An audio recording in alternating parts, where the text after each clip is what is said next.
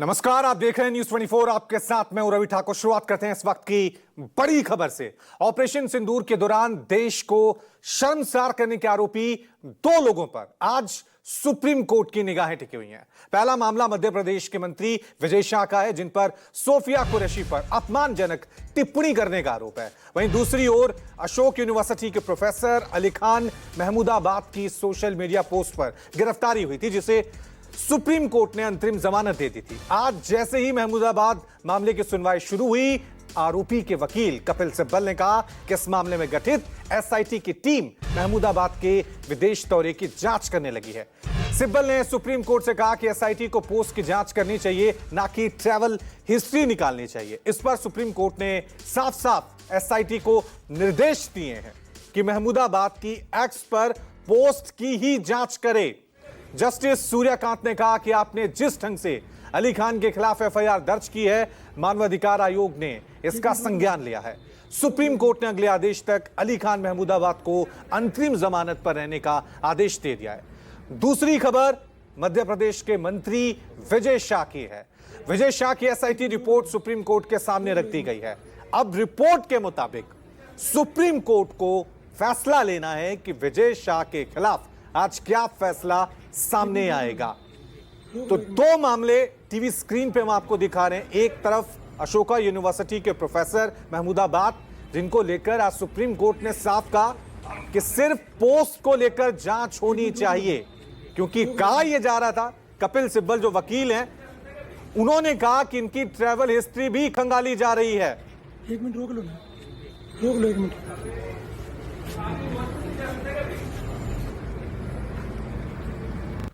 चलिए इस खबर पे और ज्यादा जानकारी के लिए सीधा रुक करते हैं। मेरे सहयोगी प्रभाकर मिश्रा हमारे साथ बने हुए हैं। प्रभाकर, आपकी तरफ मैं रुक कर रहा हूं। दो मामले, महमूदाबाद वाले मामले में तो सुप्रीम कोर्ट ने साफ कह दिया कि जो पोस्ट है उसकी जांच होनी चाहिए, लेकिन निगाहें मध्य प्रदेश वाले मामले में भी टिकी हुई हैं, क्योंकि मंत्री साहब ने जो बयान दिया था उसको लेकर सियासत का एक बड़ा घमासान जो शुरू हुआ था कार्रवाई को लेकर। आज क्या फैसला आ सकता है? इन दो मामलों को आप कैसे देख रहे हैं प्रभाकर?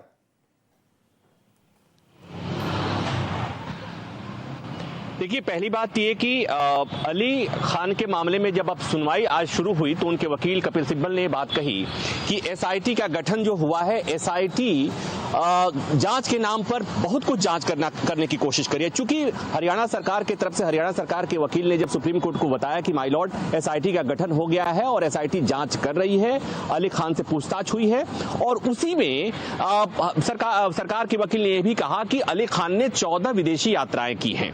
इस पर कपिल सिब्बल ने कोर्ट को कहा कि माय लॉर्ड एसआईटी इस जांच के नाम पर पता नहीं क्या क्या जांच कर रही है, इसलिए यह स्पष्टता होनी चाहिए।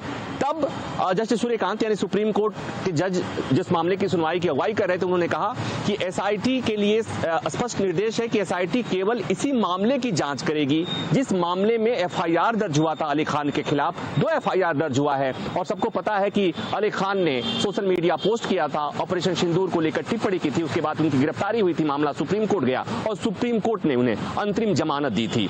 तो कोर्ट ने एक बात और कही, जैसे ही हरियाणा सरकार के वकील ने कहा कि 14 विदेशी यात्राएं हैं अली खान की, तब सुप्रीम कोर्ट ने जस्टिस सूर्यकांत ने बात कही कि आप एक बात और ध्यान दीजिए कि इस मामले का संज्ञान राष्ट्रीय मानवाधिकार आयोग ने भी लिया है, उसको भी जवाब देना है। क्या आपने जवाब दे दिया? तो कुल मिलाकर ये कि जिस ढंग से एफआईआर दर्ज हुआ, राष्ट्रीय मानवाधिकार आयोग ने संज्ञान लिया, सुप्रीम कोर्ट को यह पता है कि राष्ट्रीय मानवाधिकार आयोग ने संज्ञान लिया।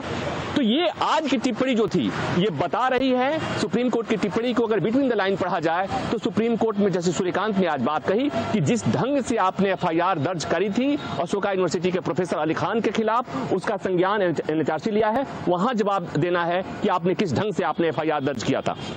तो कुल मिलाकर एक सवाल लोगों के मन में होगा कि एसआईटी इस मामले में एक व्यक्ति ने एफआईआर दर्ज, एक व्यक्ति ने सोशल मीडिया पर पोस्ट लिखा और उसकी एसआईटी जांच करेगी, तो करेगी क्या? फिर भी सुप्रीम कोर्ट ने एसआईटी का गठन किया, एसआईटी जांच कर रही है। लेकिन जो बात दूसरी बात है, विजय शाह के मामले में पता नहीं एसआईटी जांच वहां पर क्या करेगी, क्यों और उसकी रिपोर्ट में क्या होगा, क्योंकि विजय शाह ने माना है कि उन्होंने कुछ ऐसी बात कही है जिससे देश के लोगों की भावनाएं आहत हुई हैं। सुप्रीम कोर्ट के सामने उन्होंने कह दिया था कि माय लॉर्ड हमसे गलती हुई है, हम माफी मांगने को तैयार हैं, लेकिन सुप्रीम कोर्ट ने कह दिया था कि चूंकि ये अवमानना का मामला नहीं है, आपको हम माफ नहीं कर सकते। आपको जहां माफी मांगनी चाहिए थी वहां आपने माफी नहीं मांगी। तो एसआईटी की रिपोर्ट आज सुप्रीम कोर्ट में जमा हो गई है। इस बीच विजय शाह ने लोगों से माफी मांगी है, एक वीडियो पोस्ट के जरिए, एक विज्ञप्ति के जरिए उन्होंने माफी मांगी है। और मुझे जो बात समझ में आ रही है कि आज जब सुप्रीम कोर्ट में सुनवाई होगी तो उनके वकील की तरफ से कोर्ट के सामने यही बात की जाएगी कि माय लॉर्ड, अनजाने में गलती हुई है, हमने देश से माफी मांग ली,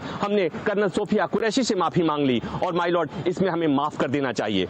इसी के आधार पर आज सुप्रीम कोर्ट में सुनवाई होगी, क्योंकि एसआईटी की रिपोर्ट में क्या होगा ये सबको पता है कि एक व्यक्ति ने, एक मंत्री ने एक बयान दिया, वो बयान सार्वजनिक है और वो मंत्री खुद मान रहा है कि उसके बयान से लोगों की भावनाएं आहत हुई हैं, वो क्षमा मांग रहा है। तो इसमें एसआईटी की रिपोर्ट में कोई बहुत बड़ा खुलासा नहीं होने जा रहा है। बात वही बढ़ेगी कि एक बार उनकी तरफ से, फिर उनके वकील की तरफ से कहा जाएगा कि माय लॉर्ड माफ कर दीजिए, हमसे गलती हुई है। देखना ये अब सुप्रीम कोर्ट प्रभाकर माफ करता है मंत्री विजय शाह को या नहीं। शुक्रिया प्रभाकर तमाम जानकारी के लिए।